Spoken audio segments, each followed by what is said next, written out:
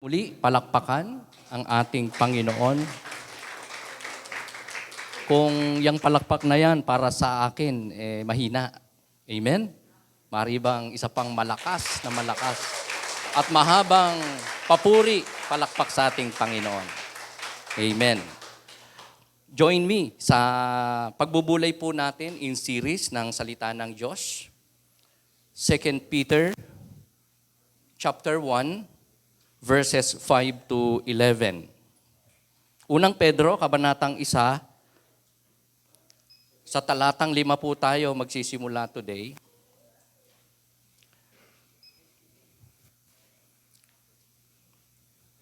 Tinalaki po natin ang passage na to last few weeks ago. Balik po tayo.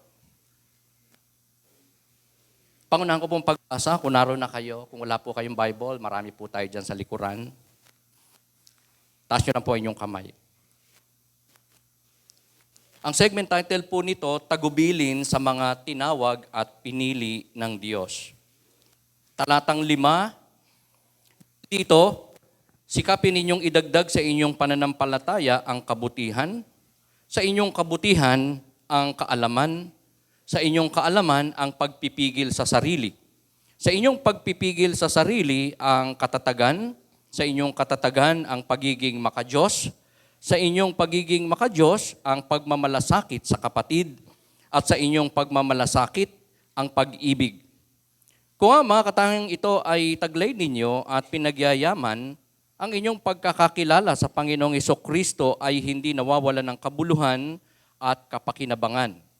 Ngunit kung wala sa inyo ang mga ito, kayo ay parang bulag at hindi nakakakita at nakalimot na nilinis na kayo sa inyong mga kasalanan. Kaya nga mga kapatid, lalo kayong maging masigasig upang matiyak ninyo na kayo ay tinawag at pinili ng Diyos. Kung gagawin ninyo ito, hindi kayo matitisod. Sa ganitong paraan, kayo'y malugod na papapasukin sa walang hanggang kaharian ng ating Panginoon at tagapagligtas na si Hesukristo. Ito po ang mga mapagpalang salita ng ating pong Panginoon. Ibahagi ko po sa inyo ang isang message, topic na pinamagatan ko po na spiritual growth. Sa atin pong nabasang passage ay may ipinapahayag po si Apostol Pedro na mga pamantayan, measurement o plumb line kung paano na tayo po mga mananampalataya ng Panginoon ay magkaroon ng hindi lamang paalala, kundi kaalaman na direktang magagawa para sa atin po mga buhay bilang mananampalataya at bilang patunay na tayo po ay Kristiyano na totoo and most of all, lumalago sa biyaya ng ating Panginoon sa atin po mga spiritual lives. In the whole Bible, mga kapatid, especially sa New Testament, meron pong mga binanggit na mga workers ang Diyos in His church, in His churches. Sila po ay walang iba kundi ang mga apostles, ang mga prophets, ang mga evangelists, ang mga pastors and teachers. So, bagamat iba-iba ng paniniwala ng mga churches nowadays sa 5 opisinang ito, ministry na to o workers na to in Bible times. Kasi ang iba naniniwala na yung pastor and teachers ay isa lang. Pero tayo naniniwala na may mga teacher na hindi pastor, pero we believe na mga pastors ay at the same time teacher din. Yung mga apostol ay nangamatay na, at wala na di umano na mga apostol pa na tatawagin ng Diyos because the primary and first and foremost na ministry ng apostles is to lay the foundation, and that is Jesus Christ. At yun ay naganap na, and prophecy sa ating panahon naman ay wala nang sinasabi pa na pwede magpahayag ng mga bagay na mangyayari in the future na kailangang maidagdag sa Biblia o kaya ay maipahayag.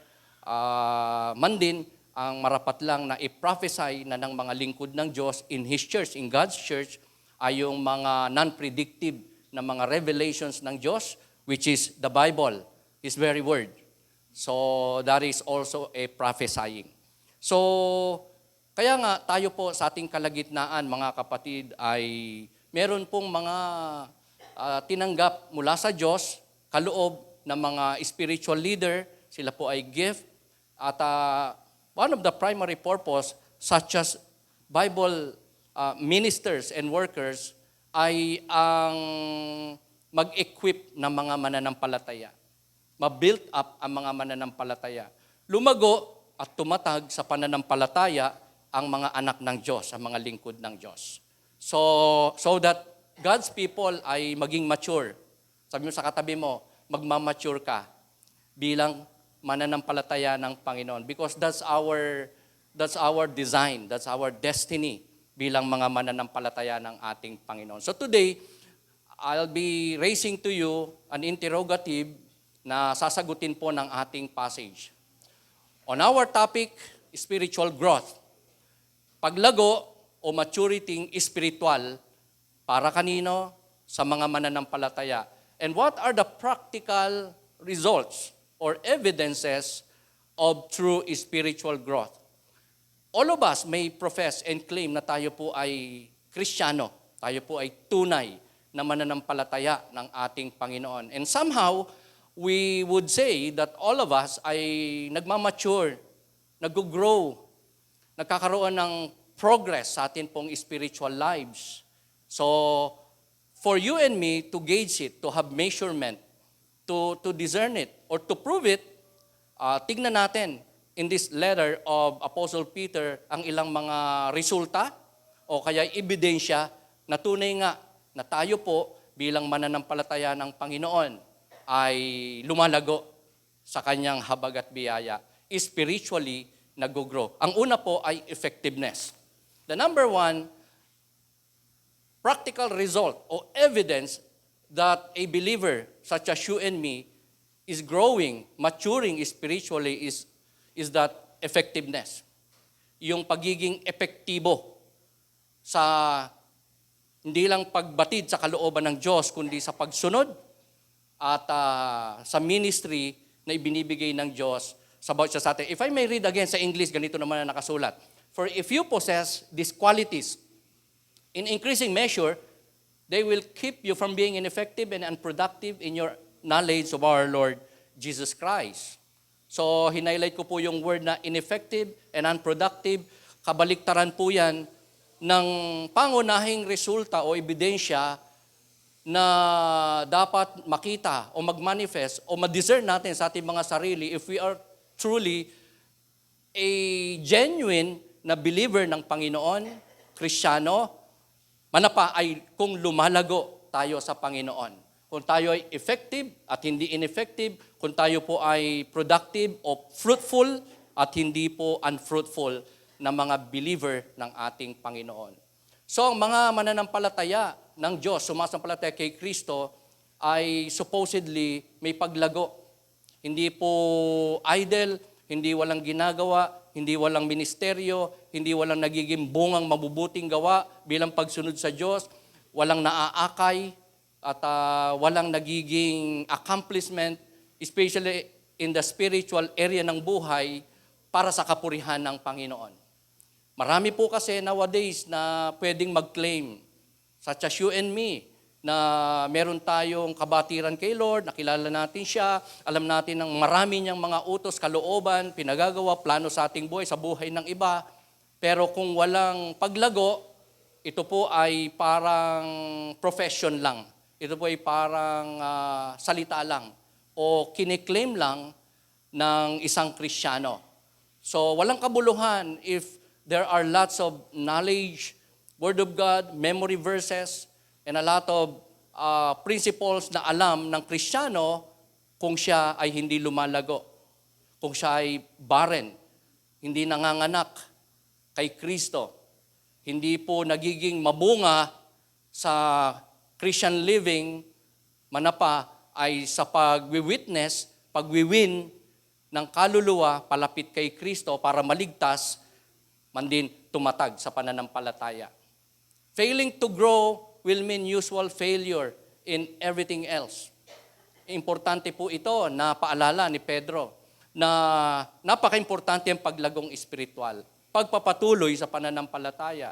Because pag nagkaroon na ng idleness, nagplato ang pananampalataya, naging stagnant, walang bunga, ineffective, unproductive, maari yan na maging dahilan para sa iba't ibang area ng buhay ng Kristiyano, ng tao, maging unproductive na rin siya, unfruitful, ineffective, at wala na rin magiging parang katagumpayan o kaluwalhatian ng Diyos.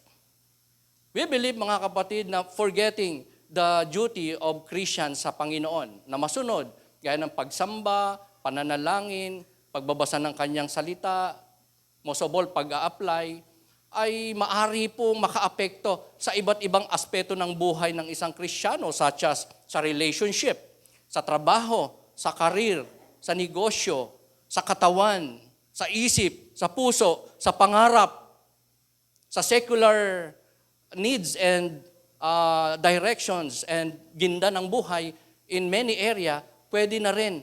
Pwedeng maapektuhan at pwede na rin tayong mag-fail if we're not growing spiritually.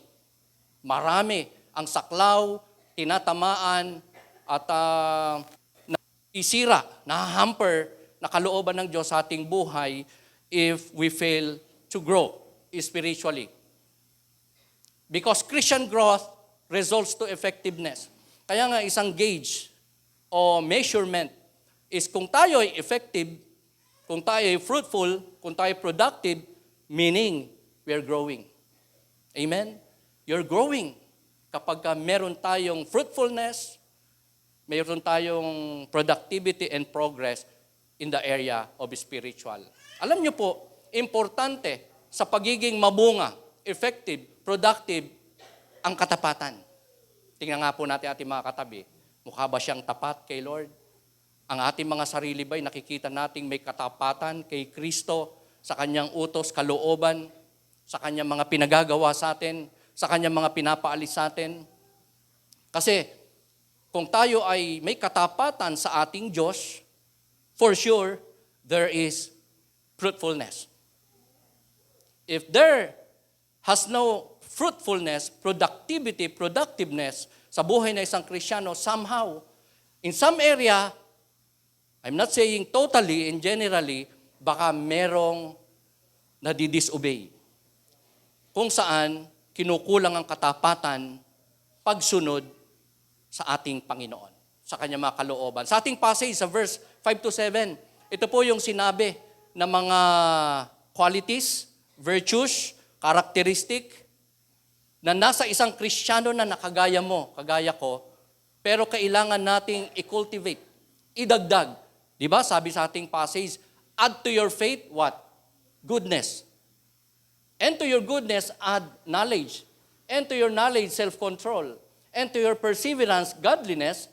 And to your godliness, brotherly kindness. And to your brotherly kindness, love. Yan po yung mga 7. Sa iba po, 8 yan eh. Kasi isinama nila yung una, yung faith. Faith, goodness, knowledge, kaya 8. Pero sa iba, gaya natin, inalis mo natin yung faith. Because as you can see, as I exegete our passage today, lumalabas na ang faith ay nandyan na sa'yo.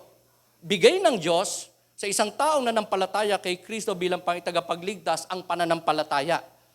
At ang sabi sa ating passage, add to your faith. So lumalabas yung faith ay foundation. At ano kailangan mo idagdag, i-cultivate? Nasa iyo na 7 qualities. Ito po, goodness, knowledge, self-control, perseverance, godliness, brotherly kindness, and love. So blessed ka kung ikaw ay may totoong faith kay Jesus Christ. Kung wala, ilagak mo pananampalataya mo kay Kristo bilang Panginoon tagapagligtas, and automatic, magkakaroon ka ng mga qualities na to. Nasa iyo to. Just like the fruit of the Holy Spirit. Sa sino mang mananampalataya kay Kristo, siya ay mapupuspos, hindi lang ng Espiritu ng Diyos, kundi magiging available sa Kanya lahat ng provision ng Diyos. At yung siyam na bunga ng Espiritu ay sa Kanya, sasayo. Lamang, Hindi po one way na kahit wala tayong gawin, magmamanifest sa atin yung fruit of the Spirit. Kahit wala tayong gawin, hindi tayo mag-cooperate, hindi tayo tumalima sa kalooban ng Diyos, hindi natin gagawin yung ating part, magiging evident ang mga qualities na to sa atin. Meaning, may provision ng Diyos, hindi lang kaligtasan sa ating mananampalataya sa Kanya. Man din ang siyam na bunga ng Espiritu, man din ang 7 na qualities na to. Lamang, ang sabi po ng ating passage, add to your faith. Amen? Meaning, may gagawin tayo. We will cultivate these qualities para maging ganap. Most of all, mapatunayan nating tunay tayong Kristiyano, tunay na may kaligtasan na tayo ng ating kaluluwa dahil tayo po ay lumalago. Nadadagdagan natin ang ating faith ng mga 7 qualities na ito. Kaya ba nating i-zoom? Okay, ito po yung 7 na parang pyramid. Ano po? As you can see, nasa ilalim po, nasa pinakamababa yung faith as the foundation. Followed by 7 qualities na kailangang idagdag sa faith. May isa pa akong picture na parang hagdanan naman, mga kabatid. It's the same. Ang first step, ang unang-unang importante, para may yung ating tinanggap sa Diyos na 7 qualities, ay maidagdag natin sa ating faith na nauna ng binigay ng Panginoon, which is the foundational na virtue o quality natin, which is faith, nasa pinakababa, followed by virtue, knowledge, self-control, perseverance, godliness, brotherliness, and love, na kailangang maidagdag natin sa atin po mga pananampalataya. Ang pangalawa po na practical result o ebidensya na tayo po ay tunay na mananampalataya, tunay na meron pong paglagong espiritual sa Panginoon. Hindi tayo stagnant, hindi tayo barren, hindi tayo idle, hindi tayo unfruitful, hindi tayo unproductive, kundi tayo po ay effective, walang iba ay kundi vision. Pakisabi nga po natin, vision. Vision. Ibig sabihin ng vision ay pananaw, pagtaya, nakikita, o kaya ay pangitain. Yon. Remember, meron po tayong physical na vista o vision, meron din pong spiritual na vision. Spiritual na pananaw, spiritual na pagkabatid, spiritual na paningin sa mga bagay na hindi po nakikita ng naked eye, na hindi po temporal, na hawakan, na natitikman, kundi mga spiritual na bagay na nakikita ng isang Kristiyanong may Spirit of God sa pamamagitan ng kaloob ng Diyos, na Espiritu sa Kanya, para hindi lang maunawaan, kundi masunod, magawa, makita ang mga kalooban ng ating Panginoon. If I may read again sa English for this point. But whoever does not have them, alin po yung sinasabing them, hinighlight ko po, the 7 qualities na nasa iyo, kung ikaw ay tunay na Kristiyano, kailangan mo idagdag sa iyong pananampalataya. Kung wala ka nun, kung hindi mo yun magagawa, hindi mo yun madadagdag, sabi diyan, siya ay nearsighted and blind. So pwede pala, no, na may mga Kristiyano, of course, ang mga unbelievers, yung hindi nanampalataya kay Kristo, hindi tunay na Kristiyano, of course, blind yan. Kasi yun ang sabi ni Satan, yun ang sabi ng Bible, na binulag ni Satanas ang mga hindi mananampalataya. Kaya kahit nakatingin sila, kahit nakikinig, kahit ano gawin mo, hindi po talaga nila makita ang katotohanan. Hindi nila magawa manampalataya, hindi nila magawa sumunod sa Diyos. Hindi po nila talaga kayang unahin ng Diyos o lubos at higit na pahalagahan, mahalin, sundin, paglingkuran ng Diyos over a lot of things in life. Kaya marami pong tao around us, inuuna, trabaho. Yan ang number 1. Yan ang parang lumalabas na Diyos. Pinaka-importante, pinakamahalaga. Yung iba pamilya, yung iba pleasure, yung iba bisyo, yung iba kaibigan, yung iba career. Are you with me? Kaya sila ay maari nating sabihin nearsighted, blind totally. Pero dito, ang kausap po ni Peter ay mga mananampalataya. Believer, gaya po natin. Nasabi niya, whoever does not have them, kung meron man daw sa atin ang hindi magdadagdag ng 7 qualities na yon sa ating faith, hindi tayo lumalago. At ano pa? Ang sabi dito na description, nearsighted and manapa, blind. Baka hindi natin naunawaan. O kaya, malabo sa atin yung 7 qualities na yon. Itong kalooban ng Diyos na ito sa ating buhay, na tayo po ay marapat na lumalago sa ating pananampalataya at paglilingkod sa Diyos. Forgetting that they have been cleansed from their past sin. Ibig sabihin, mga kapatid, importante sa isang tao, sa atin, na tayo po'y nakaranas ng born-again experience. By the way, ang born-again ay hindi po relihiyon. Hindi po ito samahan. Hindi po ito club. Hindi po ito group of people na nagsasabing kami ay may ganitong klase ng faith. Ang born again ay karanasan. Kapanganakang muli sa Espiritu, personal na pagkakakilala kay Kristo bilang Panginoon at tagapagligtas. Not just creator, not just provider, not just healer, but Savior and Lord ng ating buhay. So kung naranasan mo na yan, one point of your life in the past na nasumpungan mo ang Panginoon, nilagak mo ang iyong faith sa Kanya, in-invite mo siya na maging hari ng iyong buhay, iligtas ka sa apoy ng impyerno, ikaw ay mapatawad, na tayo po ay biyayaan niya ng kanyang paghahari at pagliligtas sa ating kaluluwa, then nakaranas na tayo ng tinatawag na kapanganakang muli. Na-convert na tayo from religion to relationship. From religion to relation. Kanino? Sa Diyos na lumalang sa atin.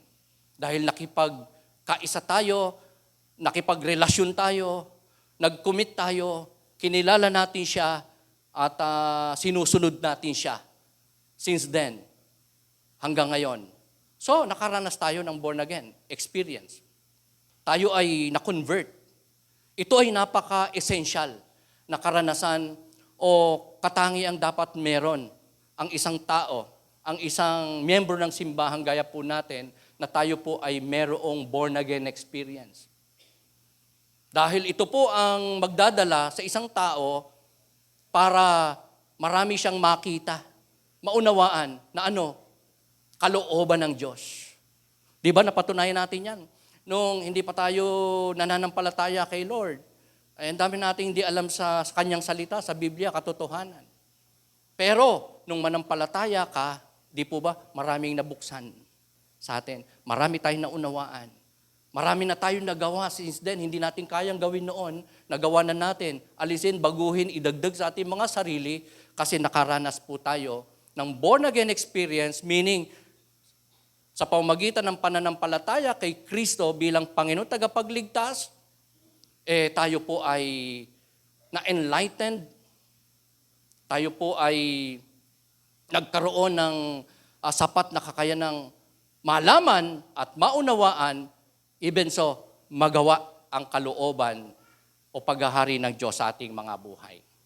So, ang unbelievers, a lot of people around us, of course, without faith in the Lord Jesus Christ, isa sa mga tinutukoy po ni Apostle Peter na bulag. Walang nakikita. Maraming hindi alam. Bakit?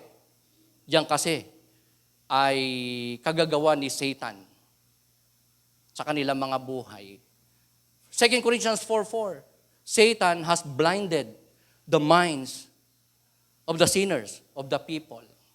Kaya marami po ang nearsighted, short-sighted, mga taong marami po ang hindi kayang malaman, makita, maunawaan in life. And nakakalungkot, even sa mga Christian, possible po itong mangyari na may mga Christians na short-sighted, nearsighted, at baka yung iba, nakakalungkot po kung maisasama sa kategory ng mga blind, bulag, walang nakikita, walang nalalaman, o may malabo sa kanya na mga katotohanan, kalooban ng Diyos. Di po ba sa ating katawan, napaka-importante nung ating sight? Amen? Yan. Ako nga po nakakakita pa naman. Medyo malabo lang ang aking mata. So, pagka itong Bible na to, nahawak natin, pag wala akong salamin, malabo. Kung wala akong salamin, kailangan ko pa siyang ipikit ng konti para makita ko at mabasa ko. Sino po sa atin yung ganon? Kasi walang salamin, di ba? Ganon ka para makita mo. Yun, lumilinaw. Pero pag dinilat mo mata mo, labo. Di ba? Pag gumamit ka salamin, ayun, ang linaw. Di ba? Yung iba naman, problema sa paningin, di ba? Hindi malabo. Di ba? Hindi naman po tayo namimintas. Pero we know ang dilema ng malabo ang paningin, yung dilat na dilat, walang makita, yung pikit na pikit, medyo malabo din, o lumilinaw, whatever na posture ng ating mata, lalo siguro yung mga cross-eyed. Malakas ang loob kong banggitin to kasi wala namang cross-eyed sa atin, no? Ayan. Kasi kung meron, di ko po ito babanggitin. Kasi baka isipin niya, pinipintasan natin siya. Di ba? Yung mga duling, di ba? Mas mahirap yun. Di ba? Dahil, di ba, ang tingin mo, dalawa. Di ba? Tapos, baka tampulang ka ng panunukso ng mga taong hindi nakakaunawa sa disability na yan. Maliban na lang kay Pastor Albert, di ba? Talagang, iba yung kanyang physical disability, blessing. Tapos, naalala ko lang, walang manalo sa kanya sa contest sa mga PWD. Di ba? Halimbawa, ang contest po ay unahang makaubos ng laman ng soft drinks gamit ang straw. Lagi po siyang nananalo. Kasi ang kalaban niya, hindi ma-shoot yung straw para masip-sip niya Hindi ma-shoot doon sa bote. Kasi ang kalaban po niya ay cross-eyed. Nagrereklamo yung kalaban niya. Sabi, madaya naman si Pastor Albert. Bakit? Siya isa straw, ako dalawa Sabi, dalawa. Kasi nga, ang paningin ay dalawa Diba? Yung butas, dalawa rin. Amen. Alam natin kung gaano kahirap ang may diferensya sa paningin. Physically. Pero mas may napakabigat na kalagayan ang tao. Even if Christian, ito ay walang iba kundi may problema sa spiritual sight. Vision. Pangitain. Nakikita mo beyond temporal things, literal things, kung ano ang purpose nito, sino gumawa nito, ano ang importante dito na makita ng mga mananampalatayang kagaya po natin. So, kaya nga, napaka-importante, according to Peter, na tayo po ay may dinadagdag sa ating faith. Ibig sabihin, it's so important na tayo po ay nag-i-increase, lumalago sa ating pananampalataya, nagle-level up, nakakapag-upgrade ng atin pong mga pananampalataya, characteristics, qualities, virtues, at iba't iba pang mga katangian na kaloob ng Diyos sa bawat isa po sa atin. Dahil importanteng lumalawak ang ating vista, pananaw, nakikita, naunawaan, nagagawa. Hindi lang tayo dapat limited sa ating pamilya, na siya nating laging tinitignan, nabi-visualize, at inaabot, ginagawa mabuti, miniministeryuhan. Meron din tayong church. Tayo po yun. Ang church po ay hindi structure. Yung may malaking building, tapos may cross.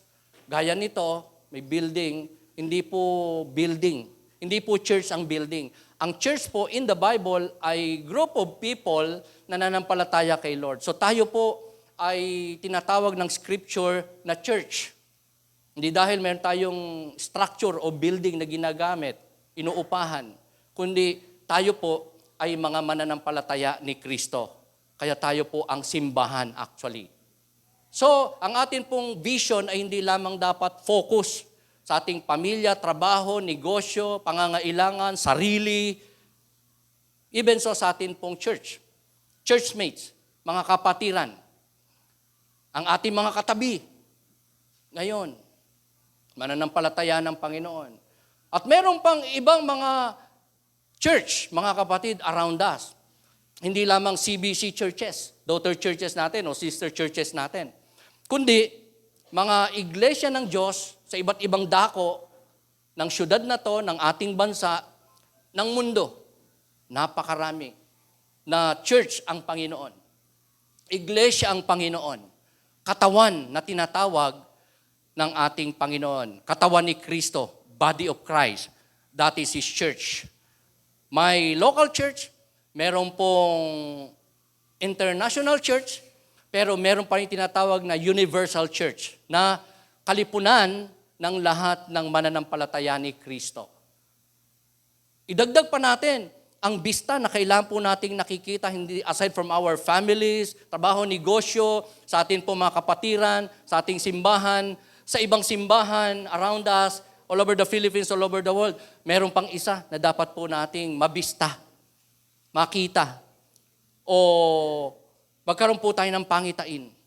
Walang iba kundi ang mga hindi mananampalataya. The lost world, the lost people around us, in our community, in our neighborhood, in our family, in our loved ones, in our country, in all the world, ay may isa pa tayong dapat na nakikita. Walang iba kundi ang mga hindi pa nakakakilala kay Kristo, yung mga pinili din naman ng Diyos, pero at the moment, kailangan makapakinig ng Ebanghelyo, makilala nila si Kristo sa pamamagitan ng pagbabahagi natin sa kanilang salita ng Diyos, for them to be able to know God, to repent, and become God's children too, gaya po natin, makapaglingkod din kay Lord, makaranas ng pinag-uusapan po natin today na spiritual growth para sa mga mananampalataya. Are you willing makita? Thank God dahil nare-remind po tayo ngayon. Dahil may mga pagkakataon na, oo, kita natin, bistang-bista natin ang ating pamilya, loved ones. Somehow, kung hindi man, baka kitang-kita natin ang kalagayan ng ating church, mga kapatid. Pero baka hindi natin nakikita ang kalagayan, pangangailangan ng ibang churches, na wala na tayong pakialam, na para bang wala tayong pwedeng maiambag sa kanila. Ayon sa utos ng Diyos. Remember, utos po ng ating Panginoon na meron po tayong fellowship. Hindi lang po sa ating mga members, kapatiran, man din sa mga ibang mananampalataya. Sa churches na lang po natin, daughter churches natin. Ang churches po ng CBC nationwide ay more or less 35. Ang daming 38 pastors yan. And ang daming mananampalataya niyan. At some of them, nandyan lang sa katabi natin. Malapit lang sa atin. Abot kamay sila. Pag nag-invite sila, ang dali nating puntahan. Kasi andyan lang. Pag may kailangan sila, andyan sila. Na kalooban din ng Diyos na matulungan natin sila. Kung meron silang mga pananagumpay sa kanilang buhay, kagalakan, kasiyahan, okasyon, celebration, thanksgiving, it's so important, kita din natin yon. Ramdam natin, hindi lamang din tayo nagpupuring kagaya kasabay nila, kundi dumadalo tayo sa kanilang paanyaya to celebrate, or kung nag-request sila ng kanilang pangangailangan, pumupunta tayo. May panahon tayo. Nakikipag-fellowship tayo. Are you with me? Okay. So ito ay pagpapalawak ng bista, pananaw, kaalaman. Hindi lamang sa ating sarili, sa ating pamilya, sa ating simbahan, sa ibang simbahan din naman, and most of all, sa mga tao na hindi pa po nakakakilala sa ating Panginoon. Can we say amen to that? Yan. So the harvest is plentiful. Kasi, but the workers are few. Sabi po dyan, kailangan ng church ng Panginoon, ng mga faithful servants niya, anak niya, na meron pong effectiveness, meron pong vision, dahil siya ay lumalago. Amen? Those people na meron pong effectiveness, vision, ay isa po sa mga gustong erase ng Diyos sa kanyang simbahan. Gustong gamitin ng Diyos sa kanyang napakalawak na ubasan. Kaya nga, catch this mga kapatid, kung nakakaranas po tayo minsan ng unfruitfulness, may mga blessings tayo, at hand na nga, nandyan na, pero nadidiskaril pa, nawawala pa. Mga opportunities, privileges, victories, pinagpe-pray natin, gustong-gusto natin, parang abot kamay na natin, pero nadidiskaril, nawawala. And nakita natin na ating sarili na parang hindi tayo nagagamit ng Diyos, hindi tayo nagbubunga, hindi tayo nagiging pagpapala, wala tayong ministry, we are idle, stagnant, nagpaplato ang ating pananampalataya, hindi lumalago. The problem, mga kapatid, is growth, faithfulness, katapatan, at matamang pagsunod sa kalooban ng Diyos. That is why there is idleness, unproductivity, unfruitfulness, barrenness, idleness. Tayong nararanasan at times.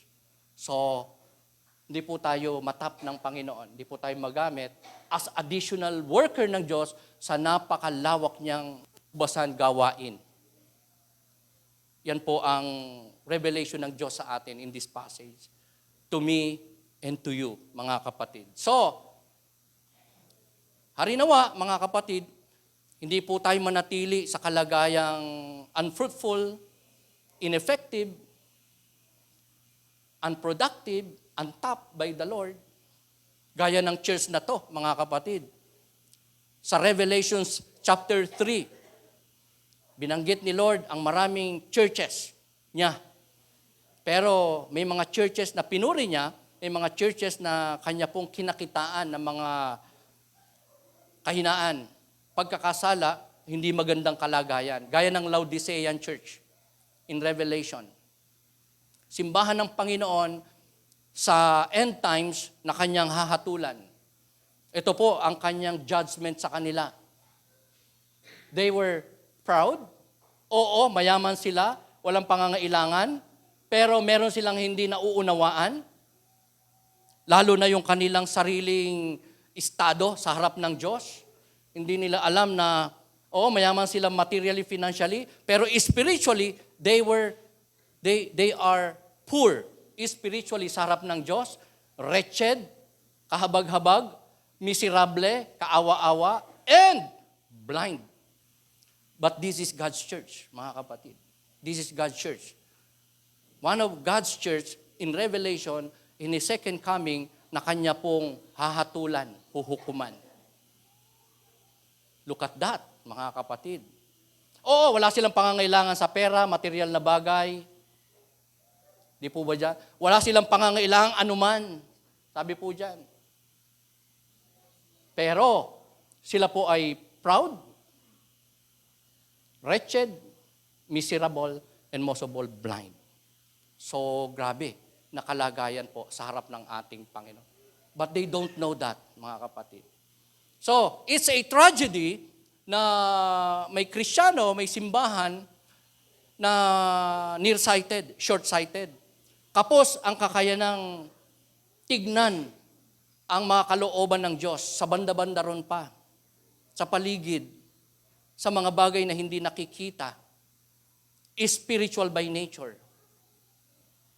Short-sighted, nearsighted, and the worst is to be blind. Wala talaga nakikita. Kaya buti pa yung nakakaaninag. Buti pa yung may nakita, pero kapusangin. Pero mas nakakaawa sa mga malabo ang mata spiritually, sa mga nearsighted, sa mga may nakikita naman pero hindi lang nagagawa. Compared sa totally tao na blind. Di ba? Gaya natin, somehow physically, baka malabo yung ating mata. Talagang hindi pwede hindi tayo nagsasalamin. Just like me. Pero mas nakakaawa yung nasa labas. Bulag talaga, walang makita. Are you with me? Pinanganak na bulag o nabulag dahil sa kasalanan. Amen? Same is true with spiritual. It's a tragedy to be spiritually nearsighted, most of all, blind. Kaya nga para makita natin maraming mga bagay, we don't just need faith in the Lord para makita natin ang maraming bagay, especially spiritual things. It's so important. Ang malaman natin, ang kanyang kalooban, utos, salita sa pamamagitan po ng banal na kasulatan. Hindi lamang sa pakikinig, kundi sa pagbubulay, pag-aaral, pag-meditate ng salita ng ating Panginoon. The last but not the least, mga kapatid, a practical result, evidence ng isang tunay na pananampalataya, tunay na Kristiyano, o tunay na kalagayang merong paglago ang isang Kristiyano, gaya po natin, is assurance. Ang synonym ng assurance ay security, safety, confidence, protection, fulfillment. Bakit? Kasi sabi po sa talatang ito, verse 10 to 11, on this point, sabi po doon, if I may read sa English, sabi po dyan, therefore, my brothers and sisters, make every effort to confirm your calling and election. For if you do these things, you will never stumble, hindi ka babagsak. And you will receive a rich welcome into the eternal kingdom of our Lord and Savior Jesus Christ. Sabi po ni Pedro, mga kapatid sa pananampalataya, sabi niya, mga Kristiyano, mga may faith kay Kristo, patunayan nyo sa inyong gawa, pagko-cooperate sa Diyos, alin, ang inyong kaligtasan spiritually, ang pagiging totoo nyong anak ng Diyos, ang pagkakapili sa inyo ng Diyos, ang pagkakatawag sa inyo ng Diyos. Bakit? Kasi kung susundin mo ang utos kong ito, ang aking mga tagubilin, yung pong payo ni Pedro sa kanila, sabi po dyan, you will never stumble. Hindi kayo babagsak. Hindi kayo manghihina. Hindi kayo magiging idle, unproductive, unfruitful. Meron kang bista sa maraming area ng iyong buhay, maging sa buhay ng iba. So, ang assurance ay security, safety, confidence. Kaya nga mga kapatid, kapag ka ikaw ay Kristiyano, tunay na may pananampalataya kay Kristo bilang tagapagligtas mo, may kaalaman ka sa kalooban ng Diyos. Nakikilala mo ang Diyos mo, ang lumikha sa'yo, ang tagapagligtas mo. At kung ano ang mga inimpart niya sa'yo na mga qualities, virtues, characteristics na available sa'yo, nagmamanifest sa'yo, na-enjoy mo. Kaya nga may confidence ka. Ganyan po ang Kristiyano. Tingnan natin ating mga katabi. Confident ba siya o tulog na? Pakitingnan nga po natin. Mukha bang confident o tulog na? O malungkot? O parang talunan? O parang walang katagumpayan in life? But the growing Christian walks with confidence. Amen? No wonder, yung katabi natin, di ba? Kahit maraming problema yan, mabibigat pinagdaanan yan. Tingnan mo naman, nakangiti pa rin. Nagsisimba pa rin. Di ba? Nagpe-pray pa rin. Nagbabasa pa rin ng Bible. Nagpa-participate sa gawain ng Panginoon. Nagmi-mission pa. Amen. Nagkakaloob sa Diyos. Hindi lang ng mga tangible blessing, kundi spiritual offerings. Sarili ay ibinigay. May confidence. Merong kagalakan kay Lord ang mga tunay na Kristiyano, and most of all, hindi lang tunay, kundi lumalago, may paglago na Kristiyano. Because they know, because you know, because we know that in Christ, we are safe. Amen? We are forever safe. Tayo ay hindi mapupunta ng impyerno. Kahit tayo magkasala, huwag namang sadyain. Bawal naman yun. Sapagkat ang ating mga kasalanan na gawa ay binayaran na ni Kristo sa krus ng Kalbaryo. Amen? Ng kanyang dugo, ng sariling anak ng Ama, ang inalay niya. buhay ni Kristo ang ipinambayad niya sa ating mga kasalanan. Kaya hindi na tayo kayang dalhin ng kapangyarihan ng ating mga kasalanan na gawa, gano'n man yan karami, kadilim, kaitim sa impyerno. Because God said, no one can snatch them out from my hand. Jesus said. Ang sabi ni Kristo, walang makaaagaw, Ama, sa binigay mo sa akin na mga tao mananampalataya. Pinili mo, tinawag mo para mapahamak spiritually. No one can snatch you out from the Father's hand. No one can snatch us out from Jesus' hand. Congrats mo yung katabi mo. Congrats. Kung ikaw ay may faith kay Jesus Christ. Sapagkat yan ang kanyang pangako. John 3:16 said, For God so loved the world that He gave His one and only Son, for whosoever believe in Him shall not perish, but have eternal life in heaven. John 14:6, Jesus said, I am the way, the truth, and the life. No one can come to the Father, can enter the kingdom of God except through me, Jesus said. John 1:12, to all who receive Him, Jesus Christ, to all who believe in His name, Jesus Christ, God gave them the right to become children of God. Sabi sa katabi mo, anak ka na ng Diyos. Kung tayo po nanampalataya na sa ating Panginoon Jesucristo. So, tayo mga anak ng Diyos. Kung tayo po'y believer ni Jesus Christ. Kung hindi pa, manampalataya tayo sa Kanya bilang Panginoon, tagapagligtas natin. At isa tayo sa mga sinasabi po ng ating passage na meron pong marapat na paglago.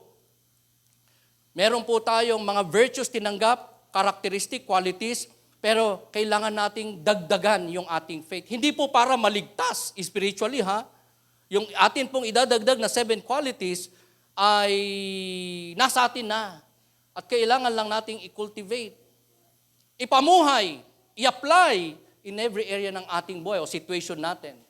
Self-control, amen?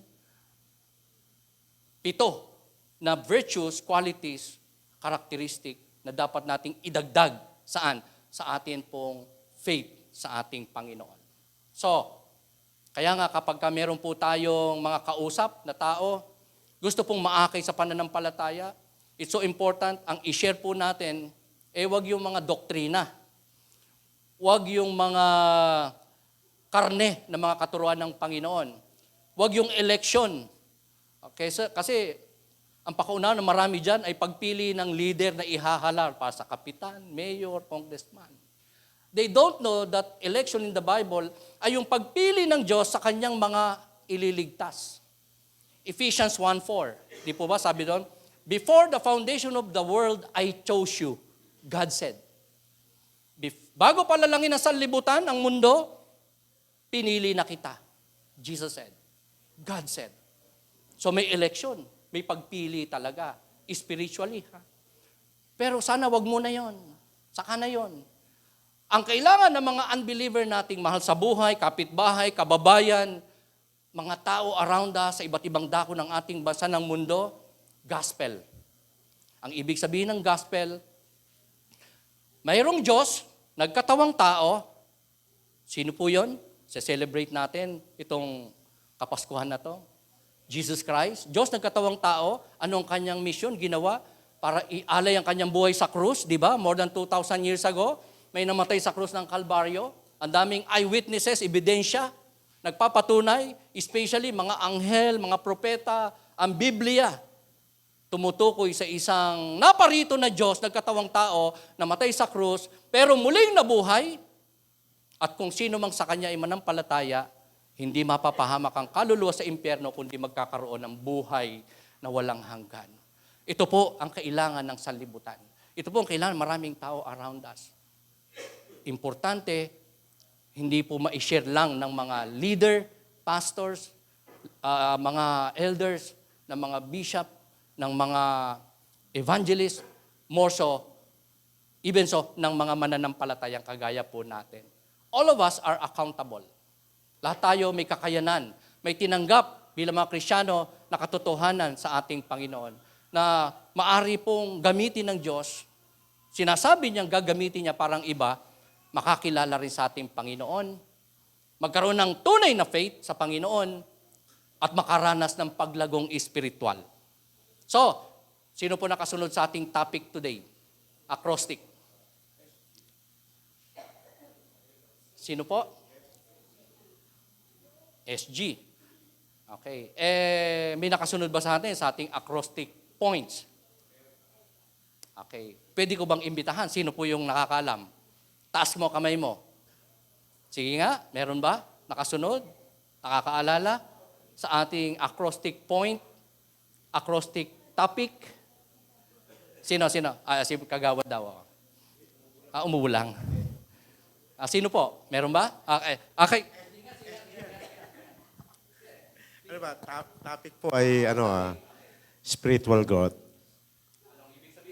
Spiritual growth. Hindi security guard. Hindi rin Singapore. Ginamit lang natin yung word na yung security guard para madaling matandaan. Itong topic natin, spiritual growth. Paglagong spiritual. Okay. Eva. Acrostic point. Eva. Eva. Okay, ginamit natin yung word na Eva. Kilala niyo yun, di ba? Si Eve. Tagalog, Eva. Pero parang English kasi letter B. Okay, yung tao na yan. Sige, ano ibig sabihin ng Eva? Effectiveness, vision, and assurance. And assurance. Tama po ba? Wala. Okay, bigyan ng jacket. Meron na po. Meron na akong pinadala. Ano na lang, iba na lang. Pakibigyan mo ka. Ate Carsi. Sige, ayan. Maagang pamasko para sa'yo. Okay. Ano yan? Sa Pasko pa eh. Yung iPhone. Ayan, tama. Nasundan natin. Sana, madali nating maalala because of the word SG, security guard, spiritual growth, and EBA. Okay. Ito po yung resulta o ebidensya na tayo po, mga kapatid, ay lumalago spiritually. Hindi lang tunay na Kristiyano dahil may totoo tayong faith kay Kristo, kundi meron tayong tunay, totoong paglago. Kasi marami po nagkiklaim lang ng paglago. Pero sa totoo lang, wala po ng mga ito. Hindi po makita. Salita lang siya. Walang effectiveness, walang vision, wala ring confidence kasi, hindi wala siyang confidence kasi yung assurance sa kanya ng Diyos bilang Kristiyano, hindi niya alam o nalilimutan niya. Okay. So, I propose 3 things, mga kapatid. Things to do natin sa topic na to, spiritual growth. Number 1, become more like Jesus. Maging kagaya ka ni Kristo sa paglipas ng mga araw, all the more. Ibig sabihin, meron tayo dapat na maging paglago. Saan? Sa ating mga paggaya sa ating Panginoon Kristo. Of course, hindi natin kayang gayahin totally ang ating Panginoon Kristo sapagkat siya ay Diyos. Pero meron po siya mga katangian. Sinabi niya, matransmit sa atin, gayahin natin, sundin natin, sundan natin na kanyang mga examples, mga katuruan, gaya ng kanyang humility. Amen? Yan ay doable para sa atin, nagayahin. Maging kagaya tayo ni Kristo sa kanyang humility, sa kanyang klase ng paglilingkod, di po ba? Sa kanyang submission sa Ama, sa kanya pong pananalangin, pagiging prayerful, nung narito siya sa lupa. Ang daming magandang example ng atin. Yung kanyang faith sa salita ng Diyos. Di po ba? Nung tinutukso siya ng dyablo, ano ang kanyang pinanlaban? Word of God. Sabi niya, it is written, it is written, it is written. Jesus said. So meron siyang hindi lang pagpapahalaga, kundi tamang paggamit sa salita ng Diyos. And those are examples ng ating, at marami pang example ng Panginoon, kailangan po nating hindi lang magaya, kundi malaman pa. Through His Word, sa pamagitan ng salita ng ating Panginoon. Sundin, i-apply, at ipamuhay ng mga examples katuruan ng ating Panginoon. Number 2, I propose that we should not forget what God has done sa ating mga buhay. Catch this, mga kapatid. Kasi, blessed tayo, mga kapatid, na nalaman nating tayo po ay biniyayaan ng Diyos ng buhay na walang hanggan. That is assured. Secured yan. Sa isang tao na nampalataya kay Kristo, hindi siya mapunta sa impyerno pag namatay. Langit, diretso. Yun ang pangako ng Panginoon. Ang Diyos ay nangako, hindi nagsisinungaling at may kakayanan iligtas ang kaluluwa ng tao. Sino man sa Kanya ay mananampalataya. So that is assured. Okay. So congratulations. Amen. Niligtas tayo ng Diyos, binigyan pa tayo ng Holy Spirit. Kasama natin. Nangungusap sa atin, nagtuturo sa atin, gumagabay sa atin, nag-iingat sa atin in this life. Di ba? Yan ang pinangako ng Diyos ni Kristo sa mga alagad niya. Sabi niya, nung bago siya bumalik sa langit, wag muna kayong umalis ng Jerusalem, wag muna kayong mag-iwaiwalay, wag muna kayong mag-mission. Hintayin niyo ang pagbaba sa inyo ng Holy Spirit. Since then, mga kapatid, ang mga taong nananampalataya kay Kristo, pinupuspos niya ng kanyang espiritu. That is why we could say in our lives that God is with us. Amen? Holy Spirit, Emmanuel, hindi lang si Kristo nung siya nagkatawang tao, kundi ngayon, nawala na siya, pero dahil sinugo niya ang kanyang espiritu sa buhay ng sino mang sa kanya nananampalataya, so God is with us. It's the same na si Kristo ay sumasa atin, kasama natin, by His Spirit. Amen? Kaya tayo po ay may kasamang Diyos sa ating buhay. At maraming biyaya, ibinigay, pinagkatiwala, ipinamana ng Diyos sa atin at nararanasan natin. Amen? Hindi lang nung tayo po ay nanampalataya kay Kristo, kundi mula nung ipanganak tayo, nasa sinapupunan pa lang, ang dami natin tinanggap na pagpapala mula sa ating Panginoon. Ang dami niyang ginawa. Di ba? Hindi niya tayo hinayang mapahamak, mamatay, makulong, maospital, magkasakit ng, di ba? Maraming kagalingan, kalakasan, katagumpay, kagalakan. Ang dami pong mga ginawa ang Diyos sa ating buhay. Lahat ng mga nakaranas ng mga grabing pagkilos ng Diyos sa kanyang buhay. Until now, magsabi ng Amen. Amen. Dami natin. Amen. Okay, you agree with this, ha? Pero ang aking tagubilin, huwag sana natin makalimutan ng mga yun. Di ba? Binubuhay pa tayo ngayon lagi. Pamilya tayo, binubuhay. Amen. Pwede naman niya tayong pugnawin pagka tayo nagkasala. Amen. Sumpain. Di po ba?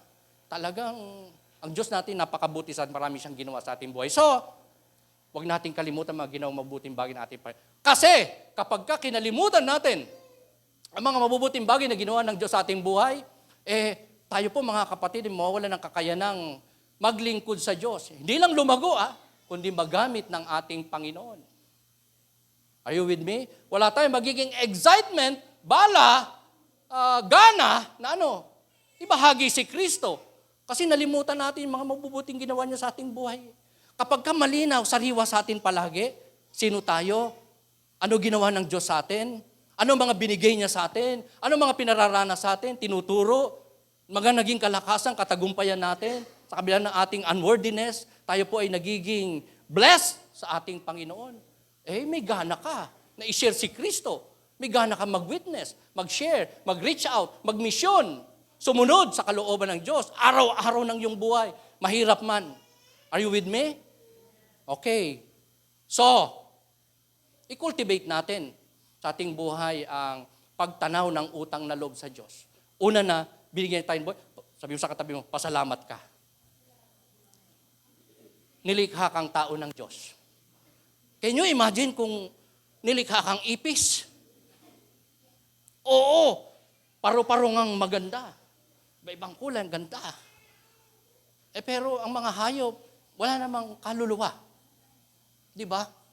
We are blessed. Nilikha tayo ng Diyos na tao. May kaluluwa. Pinili ka pa.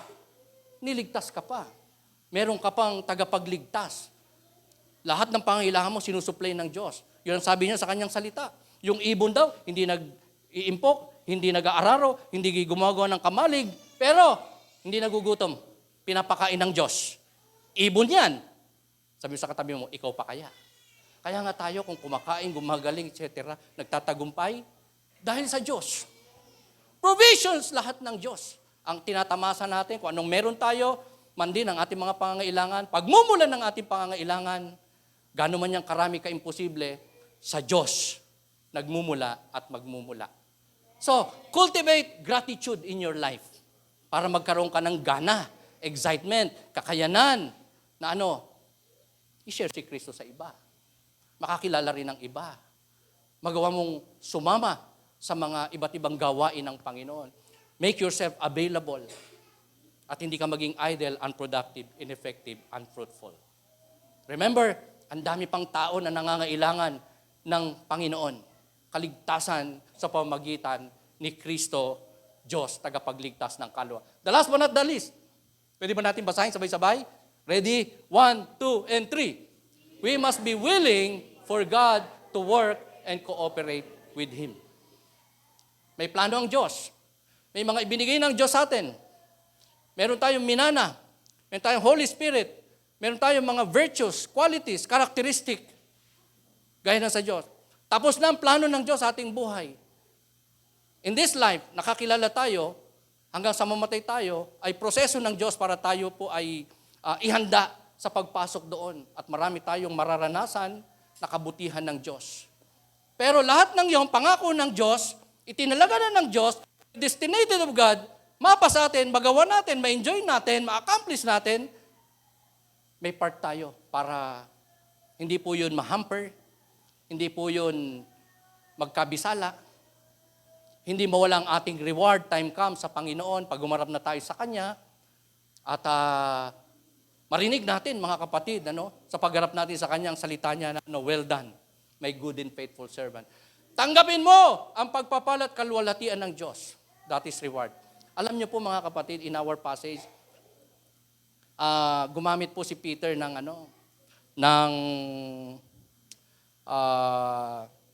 kapahayagang nagpapakita ng importance ng isang tao pong hindi lang may tunay na pananampalataya, kundi may paglago sa kanyang buhay bilang Kristiyano. Na sa langit, di ba parang sa ating mundong ito, naranasan mo na bang i-welcome ka ng sobrang saya, ganda? Pero naranasan mo na rin ba sa buhay mo na parang hindi ka pinansin, hindi ka masyadong pinahalagahan? Halimbawa, sa okasyon, yung isa, sinalubong, ay, tapos ikaw naman, wala lang, doon, pasok. Di ba? Wala masyadong pag-welcome. Alam niyo po sa langit, it's the same. Sa atin pong mga buhay. Sa buhay naman na ng palataya, kung hindi po tayo lalago, magdadagdag, magko-cooperate sa kalooban ng Diyos para magganap ang kanyang kalooban, sa langit, we-welcome ka nga ng Diyos. Pero, mas matindi ang pag-welcome ng Diyos diyan sa katabi mo. Na lumago, naglingkod, nagpahalaga sa Diyos, higit sa lahat, tumalima, nagpagamit, nagbigay ng kaluwalhatian sa Panginoon. So, may plano ng Diyos sa buhay mo, maraming gagawin Diyos sa buhay mo, mayroong idadagdag, paparana sa iyo, but you need to cooperate. Amen? Sabihin po natin, dadagdagan ko mula ngayon ang pagsunod sa kalooban ng ating Panginoon. Let's rise up. Tayo po ay manalangin. Salamat, Panginoon, sa salita mo na amin mo napakinggan, sa paalala mo. Salamat po sa rebuke mo sa amin dahil pinakita niyo po at pinahayag sa amin na ayon po mga pagkukulang, kahinaan, kasalanan na ginagawa. At kami po ay humbly lumalapit po sa inyo, humingi ng tawad, nagpapalinis. At once again, naglalagak ng pananampalataya sa inyo, nagre-reaffirm ng amin pong pananampalataya sa inyo, nagpapailalim sa inyo pong banal na kalooban sa aming mga buhay. As you are our God, Creator, Savior, Redeemer, Deliverer, Provider, Pater ng aming pong mga kaluluwa at buhay. Maraming pong salamat, Panginoon, at patuloy naming hinihiling, hindi lamang po ang inyong kapatawaran, hindi lamang po ang inyong provision, kundi ang mas malakasan niyo pa, Panginoon, na paghahari sa inyong mga buhay upang masunod namin ang inyong kaloob, upang magkaroon po kami ng effectiveness, ng visions, magkaroon po kami, Panginoon, ng assurance sa aming buhay na ito, o confidence sa buhay na ito, believing, knowing that you are with us, that you loved us, that you care for us, that you are so willing na madala mo kami, Panginoon, in your appointed time sa inyo pong bosom, yan ay inyo pong kaharian, time comes. Makasama kayo, ma-enjoy namin ang inyong blessing, reward, para sa bawat isa sa amin na nanampalataya, magpasawalang hanggan. Panginoon, narito kami, minsan pa, nagkukumit ng sarili po sa inyo. Because apart from you, we can do nothing. At sa kalakasan, kaloob, gift, enabling, na binibigyan niyo po sa amin, karunungan from your word, Lord, we commit. Magko-cooperate kami sa iyo. susunod kami sa iyo, lalakad kami sa inyong mga daan panuntunan. Mahirap man, may sakripisyo man, meron man maging kalugihan, but you are worth it, Panginoon. You are worthy na masunod, mag-glorify sa iyong mga buhay as you are our Creator, Provider, Healer, Redeemer. You are our everything. And you meet our needs. At marami pa kayong nais, Panginoon, idagdag sa amin, iparana sa amin, at maipamana sa amin, Panginoon. In this life, even so, there beyond the blues, in your kingdom, in your throne, sa inyo pong banal na tahanan sa langit, magpasawalang hanggan. Salamat po. Pinupuri namin kayo dinadakila. We commit everything to you with faith and thanksgiving. All this for the glory of God. We commit and say, Amen and glory, glory, glory to our Most High God.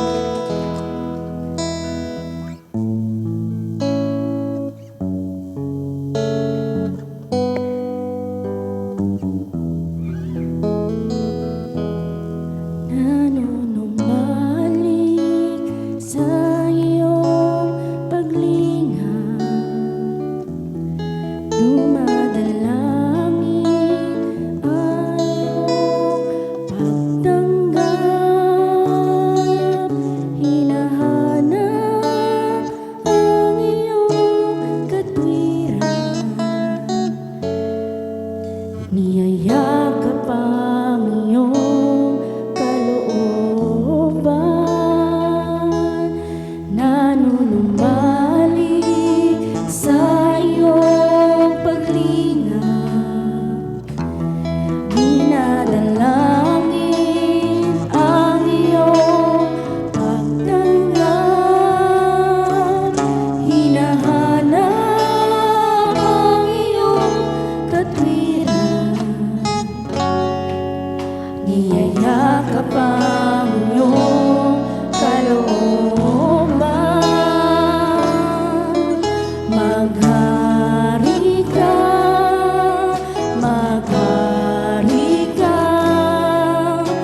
Panginoong Hesus, maghari ka.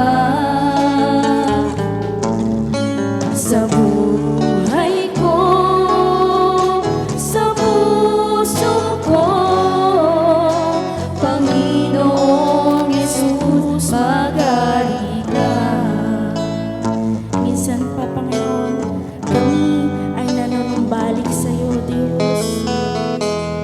Nanunumbalik sa iyong paglingap, dinadalangin namin, O Diyos, dinadalangin ang iyong pagtanggap, hinahanap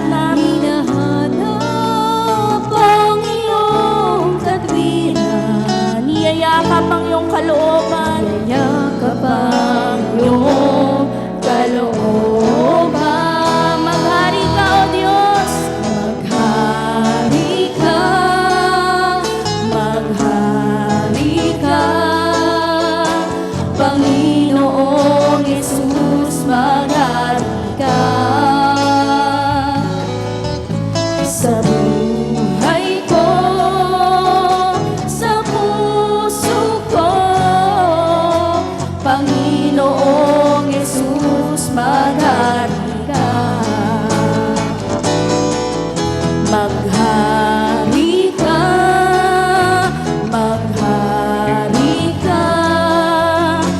Panginoong Hesus, maghari ka. Sa aming mga buhay, sa buhay ko, sa puso ko, Panginoong Hesus, maghari ka. Maghari, yes Lord, maghari ka sa aming mga buhay, sa aming mga puso. Gamitin mo kami, O Diyos. Jesus, maghari ka. Sa buhay ko, sa puso ko, Panginoong Hesus, maghari ka.